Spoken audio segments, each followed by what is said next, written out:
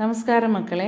10ാം ക്ലാസ്സിലെ പുതിയ പാഠപുസ്തകം കേരള പാഠാവലിയിലെ ആദ്യത്തെ പാഠഭാഗം കഥകൾ അതിമോഹനം എന്ന പേരിലുള്ളൊരു കവിതയാണ്.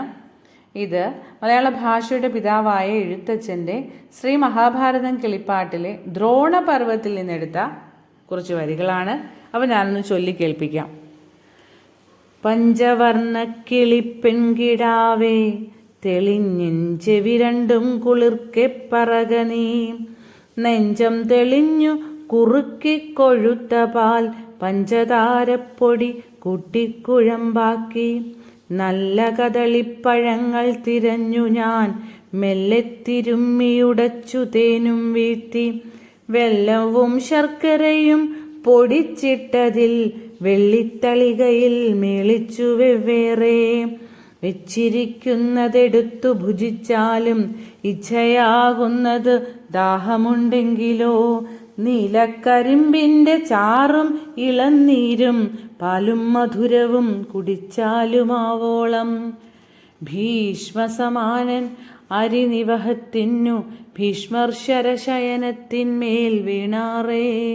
തോറ്റ സുയോധനൻ ആദികളാകിയ 100 പേരെന്തൊന്നു ചെയ്തതു ചൊല്ലു നീ.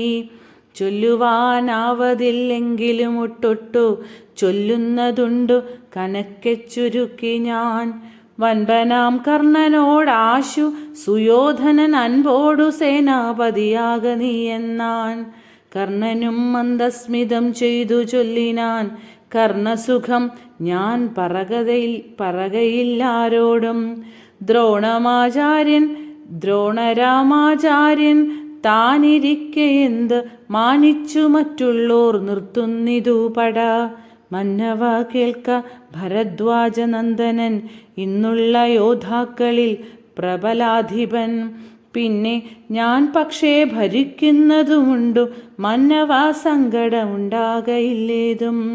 മാനിയായുള്ള സുയോധനൻ ദ്രോണരെ സേനാപതിയായി അഭിഷേകവും ചെയ്താൻ.